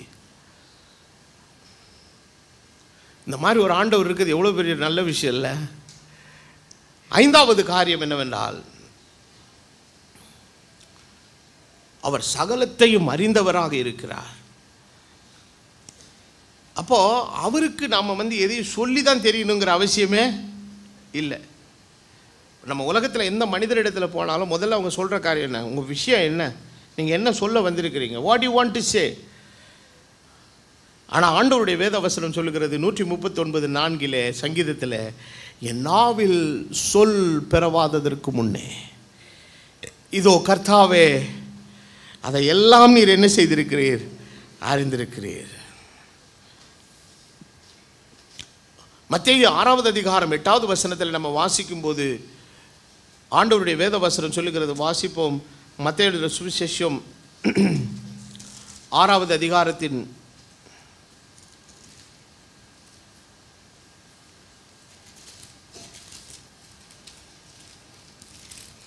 8வது வசனத்தை வாசிக்கும் போது வேத வசனம் சொல்லுகிறது, 7வது வசனத்தை படிச்சீங்கன்னா தான் அது உங்களுக்கு நல்லா புரியும். அன்றியும் ஜெபம் பண்ணும்போது அஞ்ஞானிகளைப் போல வீண் வார்த்தைகளால் என்ன செய்யாதிருங்கள், அலப்பாதீங்கள். அதிக வசனிப்பினால், நிறைய நல்லா புரிஞ்சுக்கோங்க, என்ன வசனிப்பினால், அதிக வசனிப்பினால் தங்கள் ஜெபம் கேட்கப்படும் என்று நினைக்கிறார்கள். ஒரு விஷயத்தை ஒரே லைன்லேயும் சொல்லலாம், ஒரே விஷயத்தை ஒரு பக்கத்துலேயும் சொல்லலாம். ஆண்டவருக்கு இந்த வள பேச்சே வேணான்றாரு. ஸ்ட்ரெயிட்டாக கம் டு த பாயிண்ட்டுங்கிறார். இப்போ நம்மளுடைய உறவினர்களுக்கு, அப்பா அம்மாவுக்கு, நண்பர்களுக்கு, அக்கா தங்கச்சி சிப்ளிங்ஸ்க்கெல்லாம் லெட்டர் எழுதும்போது அது ரொம்ப பாசப்பிணைப்பாக எழுதுவோம், பக்கம் பக்கமாக எழுதுவோம். காதல் கடிதம் அதெல்லாம் ஒரு மாதிரி எழுதுவாங்க. அஃபிஷியல் லெட்டர் எழுதும்போது என்ன தான், from to subject reference, come to the point. உனக்கு ரேஷன் கார்டு வேணும், அதுக்கு போய் நான் பல வாரங்களாக உணவு இல்லாமல் கஷ்டப்பட்டு கொண்டு இருக்கிறேன், தாங்கள் தயவு கூர்ந்து கொடுத்தால் எனக்கு எண்ணெய் சர்க்கரை வாங்கி கொள்ள எனக்கு பிடிக்கும், சுலபமாக இருக்கும், நான் எவ்வளவு கஷ்டப்படுகிறேன் என்பதை என் அண்டை வீட்டார் எல்லாரும் அறிந்திருக்கிறார்கள், என் உறவினர்கள். இதெல்லாம் தேவையே இல்லை. உனக்கு என்ன வேணும், ரேஷன் கடையில் பொருள் வாங்கணும். இப்போ உனக்கு என்ன தேவை, ரேஷன் கார்டு தேவை. Come to the point. கணம் வட்டாட்சியர் அவர்களே, நான் இந்த விலாசத்தில் வாசம் பண்ணுகிறேன், எனக்கு குடும்ப அட்டை கொடுக்கும்படி கேட்டுக்கொள்கிறேன். முடிஞ்சு போச்சு, நன்றி. Come to the point. சர்வ வல்லமுள்ள தேவனுக்கு வளன்னு போட்டு அவர் டைமை வேஸ்ட் பண்ணாத. சொல்லணும்னு நினச்சதை டப்புன்னு சொல்லிடு. ஏன்னா நீ சொல்கிறதுக்கு முன்னாடி அவருக்கு மேட்ரு தெரியும். அவர் அறிஞ்சிக்கிட்டு எதுக்காக நம்மளை ஜெபம், இப்போ சில பேருக்கு என்ன, நான் அவர் தான் எல்லாம் தெரியுமில்ல, இதுக்கு என்ன ஜெபம் பண்ண சொல்கிறாருன்னு. ஜெபம் என்பது என்னன்னா, அவர் எல்லாவற்றையும் அறிந்திருந்தாலும் என் காரியத்தை அவர் தான் எனக்கு செய்து கொடுக்கணுங்கிறதுக்கான அங்கீகாரத்துக்காக நம்மளை கேட்க சொல்றார். It's a protocol. Prayer is always a protocol. protocol என்னன்னாங்க, முன்னாக செய்ய வேண்டிய ஒரு விஷயம். ஆண்டவரே நீர் தான் எல்லாவற்றையும் அறிந்திருக்கிறீர்கள் அல்லவா அப்படின்லாம் அவரை நீங்கள் கொஸ்டின் பண்ணக்கூடாது. ஆனாலும் பாருங்கள், ஆண்டவர் நம்மளை போஷிக்கிறவர் தான். ஆனாலும் என்ன ஜெபிக்க கற்றுக் கொடுத்தார், அன்றன்றுள்ள ஆகாரத்தை ஒரு மாதத்துக்கு தாரன கேட்டார், இன்று எங்களுக்கு தாரும். இது இன்னைக்கு கிடைக்கிறத கிடைச்சி அதை சாப்பிட்றத பெரிய விஷயம். அப்போது அது என்னன்னா, ஆண்டவர் தான் நமக்கு போஷிப்பு கொடுத்து நம்மளை காப்பாற்றுற எல்லா விஷயத்துக்கும் அவர் தான் நம்மளை செய்யணுங்கிறதுக்கான என்ன கொடுக்குறோங்க, ஒரு அங்கீகாரம். The prayer is a recognition, is an acknowledgement, all it is a respect unto God.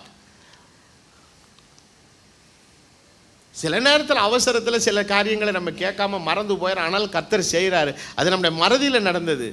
ஆனால் ஒவ்வொரு நாளும் நம்ம ஒரு காரியத்தை ஆரம்பிக்கும் போது என்ன தான் ஆரம்பிக்கணும், ஆண்டவரே இந்த நாளை உங்களுடைய கருத்தில் ஒப்பு கொடுக்குறேன், இந்த நாளில் என்ன வைக்கப்பட்டிருக்குது எனக்கு தெரியாது, ஆனால் எல்லாம் எதுக்கு தான் தெரியும், உமக்கு தெரியும். என்னோடய பிரச்சனைகள் எல்லாவற்றையும் நீர் அறிந்திருக்கிறீர், என்னுடைய தேவைகளை நீர் சந்திக்கும் போது இது ஆண்டவருக்கு நம்ம செய்கிற கொடுக்குற ஒரு அங்கீகாரம். அது அப்போது ஆண்டவர் என்ன பண்ணுவார்னா, என் பிள்ளை என்கிட்ட கேட்டுட்டான், நிச்சயமாக நான் அவனுக்கு என்ன பண்ணி ஆகணும், செய்யணும் அப்படிங்கிற நிலையில் ஆண்டவர் வர்றாரு. ஆனால் இந்த அதிக வசனிப்பு என்ன பண்ணுன்னா, அவிசுவாசத்தினால் ஆண்டவரை போட்டு நச்சரிக்க ஆரம்பிக்கும். நச்சரிப்பு வேற, ஆங்கிலத்தில் நாகிங்னு வாங்க, நோய் நோய் நோயின்றது. ஏய் வாங்கிட்டு வரேன்னு சொல்லிட்டல கம்னீர் அப்படின்னா ராத்திரிலேருந்து நோய் நோயின்னு. நாளைக்கு வேலைக்கு முடிச்சுட்டு வரும்போது ஒரு பாக்கெட்டு தோசை மாவு வாங்கிட்டு வாங்கன்னு சொல்லியாச்சுன்னா விட்டுடணும். படுத்துட்டு வாங்கிட்டு வந்துடுவீங்கல்ல, ஏம்மா சொல்லிட்டேன்லம்மா வாங்கிட்டு வந்துடுறேன், மொபைலில் கூட நான் போட்டு வச்சுருக்கிறேம்மா ரிமைண்டரில் வாங்கிட்டு வந்துடுறேம்மா. அப்போ மறந்துடாதீங்க, தூங்க கொடுத்தாவார். அவனுக்கு என்ன ஆகுதுக்கு இப்போ, கண்ணு இழுக்குது. இந்த ஒத்த தோஷமாவை வச்சுக்கிட்டு நோய் நோய் நோயின்னுக்கிட்டு இருக்கிறான். காலையில் 5 மணிக்கு எழுப்பி நல்ல தூக்கத்தில் இருக்கிறவனை தோஷமாக வாங்கிட்டு வந்துருங்க அப்படின்னா எப்படி இருக்கும்? This is called nagging. Don't nag God, come to the point. கேட்க வேண்டியது அவரிடத்துல கேள், உனக்கு என்னது தேவை என்பதை உன் பரமபிதா அறிந்திருக்கிறார். இப்போ இந்த மக்கள் சும்மா தேவையில்லாமல் அந்த நோய் நோயின்னுக்கிட்டே இருக்கிறது என்னன்னா, அன்றைக்கு அன்னாள் எத்தனை முறை ஜெபம் பண்ணா?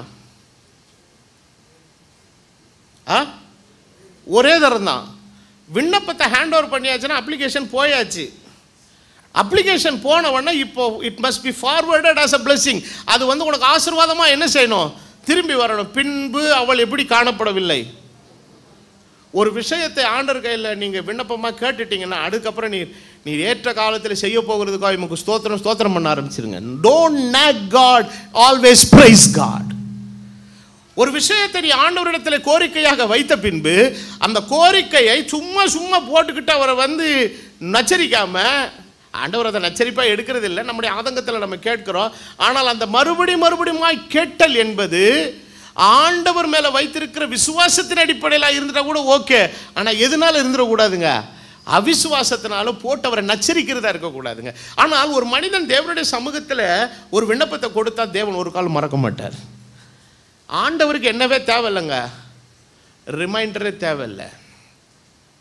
அவர் எல்லாவற்றையும் அறிந்தவர், நமக்கு இன்னது தேவை என்பதை நம்முடைய பரமபிதா. இப்போ என்ன சொல்ல வர்றார்னா, இந்த அஞ்ஞானிகளுக்கு இல்லை விசுவாசம் இல்லாததுனால சுற்றி என்ன பண்ணுறான், ஏதோ ஒன்று கேட்டு என்னை கன்வின்ஸ் பண்ண வைக்கணுன்ட்டு அவங்க என்ன பண்ணுறாங்க, தங்க ஜபத்தில் ட்ரை பண்ணுறாங்க. அதனால தான் ஆண்டவர் சொல்கிறான், நீங்கள் தயவு செய்து யாரை மாதிரி ஜெபம் பண்ணாதீங்கன்றாரு. அப்போ நீங்கள்லாம் அஞ்ஞானியா ஞானியா? என்ன ஞானி? இசை ஞானியா? இலக்கிய ஞானியா? நமக்கு அந்த ஞானம் கிடையாது, தேவ ஞானம் நமக்கு இருக்குது. அது என்ன மெய்யான ஞானம்னா தேவ பயமாகிய ஞானம் இருக்குது. தேவ பயத்தோடு கூட நம்ம ஒரு விஷயத்தை கேட்கும்போது நமக்கு ஆட்டோமேட்டிக்காக இருதயத்தில் கன்ஃபர்மேஷன் ஆகிடும், கர்த்தர் எதை கேட்டார், ஜபத்தை கேட்டார். ஒரு கான்ஃபிடென்ஸோடு எந்திரிச்சு போகலாம். அன்னைக்கு அன்னாள் தேவ சமூகத்தை விட்டு அவள் கடந்து சென்ற போது வேதம் சொல்லுகிறது, பின்பு அவள் துக்கமுகமாய் காணப்படவில்லை.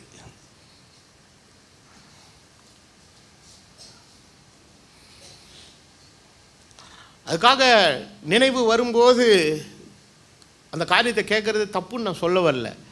ஆனால் நீ கேட்குறது விசுவாசத்தினால இருக்கணும். அதை கர்த்தர் தான் எனக்கு செய்ய வேண்டும் என்கிற நம்பிக்கையை சார்ந்ததாக இருந்துச்சுன்னா தப்பு இல்லை. ஆனால் பயத்தில் உளறி கொட்டிக்கிட்டு என்ன செய்யக்கூடாதுங்க, இருக்கக்கூடாது. அந்த மாதிரி ஜபத்துக்கெல்லாம் தேவன் என்ன கொடுக்குறவர் அல்ல, பதில் கொடுக்கிறவர் அல்ல. ஆனால் வேதவசனம் சொல்லுகிறது, நீங்கள் அப்படி அவர்களைப் போல தயவுசெய்து என்ன பண்ணாதீங்க, செய்யாதீங்க.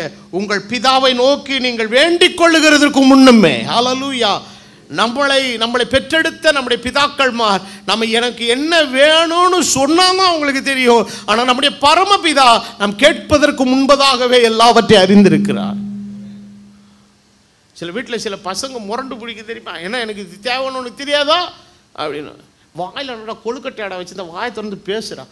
சிலர் பேசவே மாட்டான் வீட்டில், அப்படியே மூணு உட்காந்துருப்பான் பாருங்க, இஞ்சி தின்ன குரங்கு மாதிரி. அவன் வாயிலிருந்து உன்னை பிடுங்கிறது ரொம்ப கஷ்டம். ஆனால் சில குழந்தைங்க இருக்குது, என்ன பண்ணுன்னா, அப்பா நீங்கள் ஸ்கூலில் டீச்சர் நோட்டு வாங்கிட்டு வர சொல்லிட்டாங்க, பென்சில் வாங்கிட்டு வர சொல்ல, ஸ்கேல் வேணுங்க, ரப்பர் வேணும்பா, வரும்போது அப்படியே ஒரு சமோசா 2 வாங்கிட்டு வாப்பா. அவன்கிட்ட ஒன்றுமே இருக்காது, வந்துடும். சில இது எப்படின்னு கேட்டிங்கன்னா அப்படியே ஆந்த முழிச்ச மாதிரி முழிக்கும். என்ன அவன் என்ன சொல்ல வரா, பசிக்குதுன்னு சொல்ல வரானா இல்லை போதும்னு சொல்ல வரானா ஒன்றுமே என்ன செய்யாதுங்க, புரியாது. சில விசுவாசிக்கிட்ட கூட நான் அந்த படாத பாடுபட வேண்டியது இருக்குது. அது உள்ளுக்குள்ளே இருக்கிற ஒரு விஷயத்தை வெளியில் வாங்குறதுக்கு, பாஸ்டர் இதெல்லாம் உங்களுக்கு தெரியணும் பாஸ்டர், நான் ஜீபூம்பாவா, நீ சொன்னா நான் செய்வேன், நீ சொல்லனா நான் ப்ரேயர் பண்ணுவேன், எனக்கு எல்லாத்தையும் மண்டையில் வச்சுக்கிற அளவுக்கு எனக்கு வந்து நான் ஒன்றும் சூப்பர் கம்ப்யூட்டர் கிடையாது. ஓகே, ஆனால் நான் மறந்து போகலாம், அப்பா அம்மா மறந்து போகலாம், தேவன் எல்லாவற்றையும் அறிந்தவர். அவருடைய உள்ளத்தினுடைய எண்ணங்களை உன் வாயில் வார்த்தை வருவதற்கு முன்பதாகவே அறிந்திருக்கிறார். பிலீவ் ஹிம், அவரை நம்பு, அவரை மாத்திரமே நம்பு, கடைசி வரை அவரே உறுதியாய் பற்றிக்கொள்.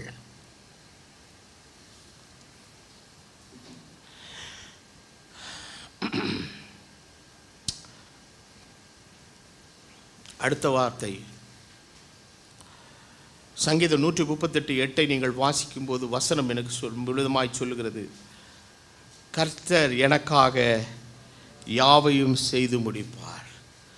கர்த்தாவே உம்முடைய கிருபை என்றும் உள்ளது, உமது கரத்தின் கிரியைகளை நெகிழ விடாதிருப்பீராக. அவர் சகலத்தையும் சிருஷ்டித்தவர், சகல அதிகாரங்களுக்கு மேலான அதிகாரத்தை உடையவர், சர்வ வல்லமை உள்ளவர், அவர் எங்கும் வியாபித்திருக்கிற தெய்வம். அவர் 5வது சகலத்தை என்ன செய்தவர், அறிந்தவர். 6வது அவர் எனக்காக ஏற்ற காலத்தில் எல்லாவற்றை செய்து முடிக்கிறவர். அந்த ஏற்ற காலங்கிற ஒரு விஷயம் தான் நம்ம அண்டர்லைன் பண்ண வேண்டிய ஒரு விஷயம். அப்போ வேதவசனம் என்ன சொல்லுகிறதுனா, பிரசங்கி 3வது அதிகாரம் 11வது வசனத்தை, அவர் சகலத்தையும் அதினதின் காலத்திலே நேர்த்தியாய் செய்திருக்கிறார். ஹல்லேலூயா. இந்த உலகத்தை உண்டாக்கும் போது கூட எல்லாத்தையும் ஒரே நாளில் உண்டாக்கலைங்க. முதலாம் நாள் ஒன்று உண்டாக்குனாரு. அவருக்கு எதை முதல்ல உண்டாக்கணும்னு தெரியும். First of all, before the creation the light must exist. வெளிச்சம் என்கிற ஒன்று என்ன செய்யுங்க, இருக்கணும். அதனால தான் ஆண்டவர் இருளை பார்த்த உடனே முதல்ல எதுக்கு வார்த்தை கொடுத்தாரு, வெளிச்சம் உண்டாக கிடவுதுன்னாரு.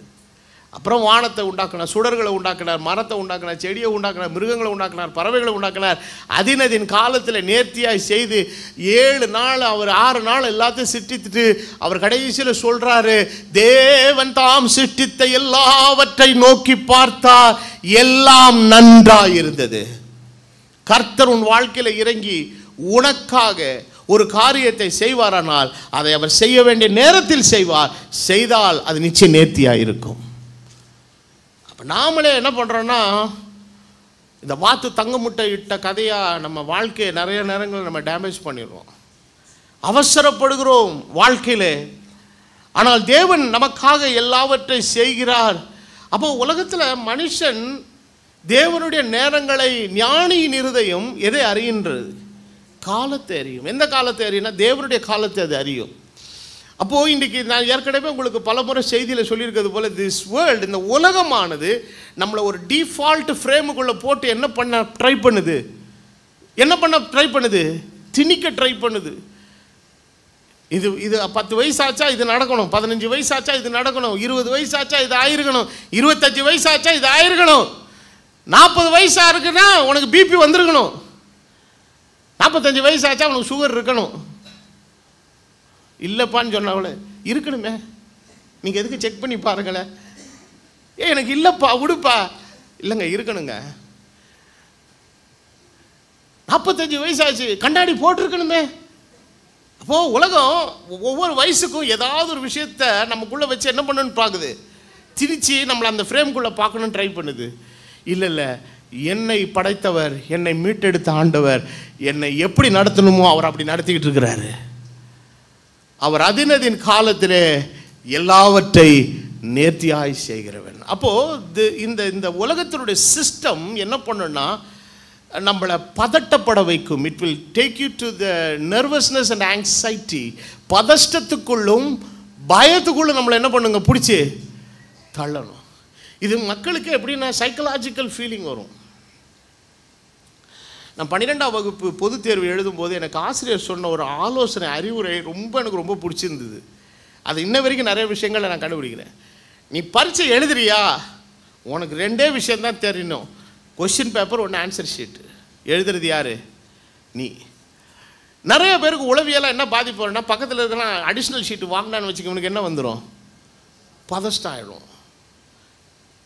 சிலர் முட்டையாக எழுதி வச்சுட்டு சும்மா பேப்பர் வாங்குவான். அப்போ வாத்தியார் சொன்னார், நீ எத்தனை பேப்பர் வாங்குறதெல்லாம் இஷ்யூ கிடையாது தம்பி, உள்ளே என்ன சரக்கு இருக்குதுங்கிறதான்.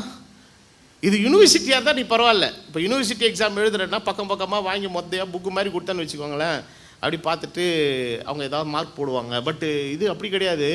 ரொம்ப ஆசிரியர்கள் அந்த பொது தேர்வு இதை படிக்கும்போது ரொம்ப கவனமாக என்ன செய்வாங்க, நேரம் எடுத்து சிரத்தை எடுத்துக்கொண்டு படிப்பாங்க. ஏன்னா ஒரு பிள்ளையினுடைய எதிர்காலன்றதுனால ரொம்ப கவனமாக திருத்துவாங்க. நீ என்ன மேட்ரு ஸ்டஃப் எழுதியிருக்கிறங்க தான் ரொம்ப முக்கியம். Don't get nervous. அவர் சொன்ன ஆலோசனை. இன்னைக்கு நிறைய பேருக்கு என்னன்னா, பக்கத்து சீட்டில் இருக்கிறவனை பார்த்து நர்வஸ் ஆயிடுறான். அவனுக்கு ஏதோ கிளிக் ஆயிடுச்சாமே. உனக்கு ஆக வேண்டிய நேரம் வரும்போது கர்த்தர் கட்டாயம் செய்வார். அப்போது இன்றைக்கி எப்படின்னா, அந்த பக்கத்தில் இருக்கிறவன் வந்து அடிஷ்னல் ஷீட்டு வாங்குற மாதிரி நிறைய பேருக்கு இந்த பக்கத்து சீட்டை பார்த்து அடிஷ்னல் ஷீட்டு வாங்குறத பார்த்து எப்படி நர்வஸ் ஆகுறானோ, அது மாதிரி அவங்களுக்கு சீக்கிரம் ஃபிக்ஸ் ஆகிடுச்சான், அவங்களுக்கு சீக்கிரம் சீட் கிடச்சிருச்சான், அவங்களுக்கு சீக்கிரம் அது ஆயிடுச்சான், அவங்க சீக்கிரமாக அவங்க இப்போ வீடு வாங்கிட்டாங்களா, நம்ம இவ்வளோ நாளாக இருக்கிறோம் இன்னும் வீடு வாங்காமல் இருக்கிறோமே. ஆண்டவர் சொல்கிறாரு, என்னை மாத்திரம் நோக்கிப்பார், அப்பொழுது நீ பிழைத்துக் கொள்வாய். அப்போ தேவன் சகலவற்றையும் அதனதின் காலத்திலே அவர் எப்படி செய்கிறவர், நேர்த்தியாய் செய்கிற தெய்வம். அப்போ அவர் இறங்கி நமக்காக ஒரு காரியத்தை செஞ்சானா, தேவனுடைய செயல்பாடுகளினுடைய நிலை என்னன்னு, டிலே, இந்த தாமதம் என்கிற ஒரு விஷயம் அப்படி அகராதியிலே கிடையாது. தாமதம் என்கிற விஷயம் அவருடைய அகராதியிலே கிடையாது. அகராதியிலே இல்லாத ஒரு வார்த்தை அது. ஏனென்றால் தாமதம் என்கிறத நம்ம எப்படி மதிப்பிடுவோம், நான் ஏற்கனவே உங்களுக்கு சொல்லியிருக்கிறேன். தாமதம் என்கிறத உங்களுக்கு நீங்கள் எப்படி எடுத்துப்பீங்க சொல்லுங்கள்? புரியல. உங்கள் வீட்டுக்கு 7 மணிக்கு வரேன்னு சொல்லியிருக்கிறேன். 7 மணிக்கு வந்தால் ஆன் டைம், 6:45 வந்தால் பிஃபோர் டைம், 7:05 வந்தால் 5 நிமிஷம் லேட்டு. இது நீங்கள் எப்படி லேட்டுன்றது எதை வச்சு கணக்கு பண்ணீங்க? நான் ஏற்கனவே என்ன சொன்னதுனால, 7ன்னு ஒரு டைம் சொன்னதுனால உங்களுக்கு எதெல்லாம் செய்வேன்னு எங்கேயா டைம் சொல்லியிருக்காரா? உனக்கு நீ கவலைப்படாத, 26வது வயசு பர்த்டே கொண்டாடி முடித்து 10 நாள் தாண்டி அந்த 11ஆம் தேதி இத்தனாம் மணி வேளையில் உன் வீட்டு வாசலில் ஒரு பொண்ணு வந்து கதவை ஏதாச்சும் எழுதி வச்சிருக்கா?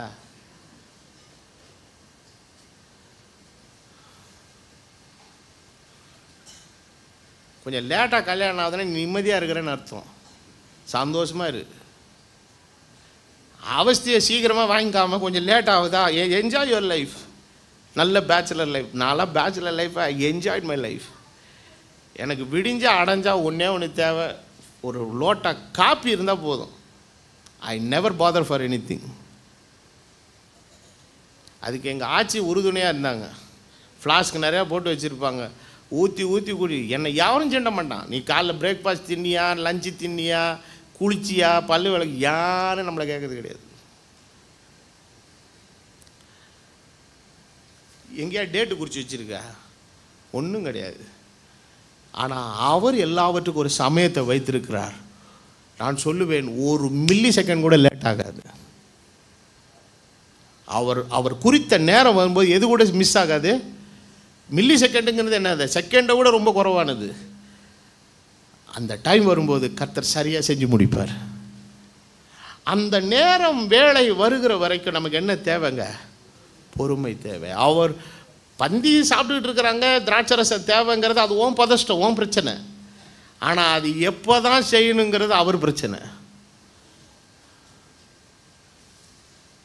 கல்யாணத்துக்கு முந்தின நாள் உனக்கும் எனக்கும் என்ன, என் வேலை இன்னும் வரவில்லைன்னா இது என்னால் புரிஞ்சிக்க முடியுது.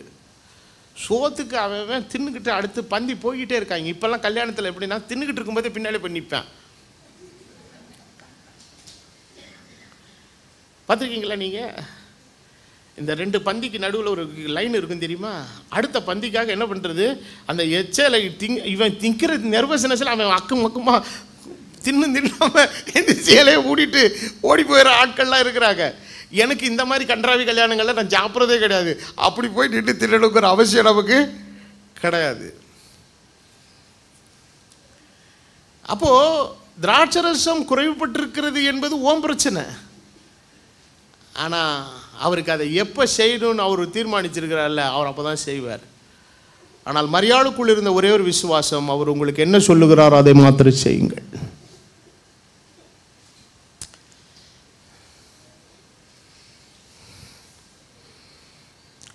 நம்ம அநேக நேரங்களிலே நமக்கு வாழ்க்கையில் தீமை செய்கிறவர்களை ஏதாவது பழி வாங்கணுங்கிற ஒரு எண்ணத்துக்குள்ளே நம்ம போகும்போது கர்த்தர் அதுக்கும் பதில் சொல்றார். பழி வாங்குதல் எனக்குரியது, நீ எங்கேயுமே போவாத. மனுஷனிடத்தில் நீதி கேட்டு நியாயம் கேட்டு போகவே போவாது, கிடைக்கவே கிடைக்காது. என் கையில் ஒப்பு கொடுத்து நீ அமைதியாக இரு, நான் என்னைக்கு எப்படி செய்யணுமோ அந்த மாதிரி நேரத்தில் என்ன பண்ணுவேன், செய்வேன். அதனால தான் பக்தன் தெளிவாக எழுதுகிறான், கர்த்தர் எனக்காக எல்லாவற்றையும் செய்து முடிப்பார். கடைசியில் ஒரு பாயிண்ட்டை சொல்லிட்டு நான் முடிச்சிடுறேன். அப்போஸ்தலர் நடபடிகள் 3ஆம் அதிகாரம் 15வது வசனத்தில் வாசிக்கிறோம், ஜீவாதிபதியை கொலை செய்தீர்கள், அவரை தேவன் மரித்தோரிலிருந்து எழுப்பினார், அதற்கு நாங்கள் என்னவாக இருக்கிறோம், சாட்சிகளாக இருக்கிறோம். அவர் ஜீவனுக்கு என்னவாக இருக்கிறாருங்க, அதிபதி.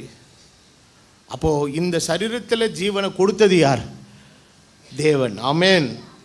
நம் தாயின் கற்பத்தில் உருவாகின அந்த குழந்தை என்ன டைமில், எத்தனை மாதத்தில், எத்தனை வீக்ஸில் எப்படி வளரும் போகும் எல்லாமே சயின்ஸ் சொல்லலாம். ஆனால் அந்த குழந்தைக்குள்ளே எப்போ ஜீவன் வந்தது என்கிறதை யாராலையும் சொல்ல முடியாது. படைத்தவர் தான் நமக்கு அதுக்கு ஜீவனை கொடுத்திருக்கிறார்.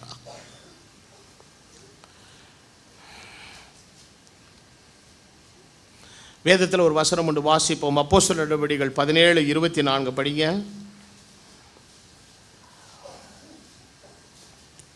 உலகத்தையும் அதிலுள்ள யாவையும் உண்டாக்கின தேவனானவர் வானத்துக்கும் பூமிக்கும் ஆண்டவராய் இருக்கிறபடியால் கைகளால் கட்டப்பட்ட கோவிலில் அவர் என்ன செய்யறதில்லை, வாசம் பண்ணுகிறதில்லை.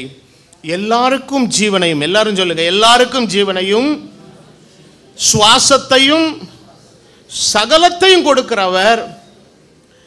அவர் நமக்கு யாதொன்று தேவையானது போல மனுஷர் கைகளில் பணிவிடை கொள்ளுகிறதும் இல்லை. அவர் எல்லாருக்கும் ஜீவனையும் எதையும் கொடுக்கிறவர்க, சுவாசத்தை கொடுக்கிறவர். அப்போ உலகத்தில்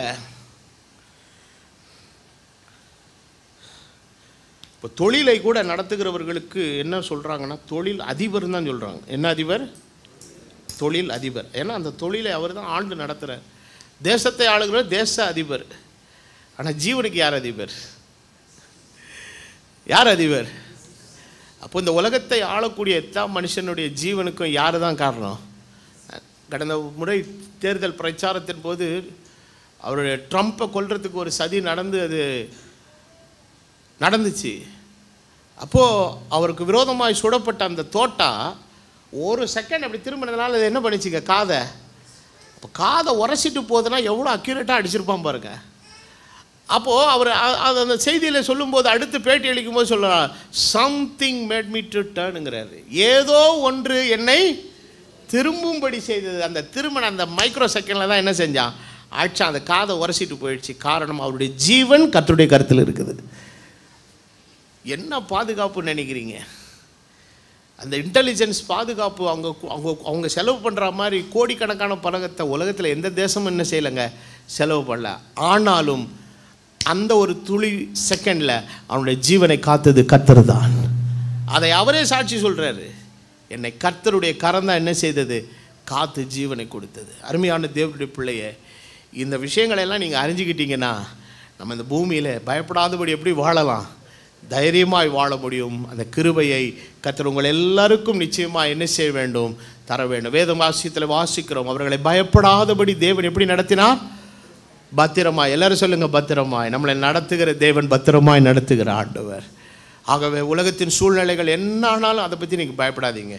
தயவுசெய்து கொஞ்சம் நான் உங்களுக்கு எல்லாருக்கும் சொல்கிறேன், தயவுசெய்து இந்த டிவியெல்லாம் ஷட் டவுன் பண்ணிவிடுங்க. ஒன்றே ஒன்று நான் சொல்கிறேன், மழை பெஞ்சதுன்னா லீவு கிடைக்குமான்றது பாருங்கள்.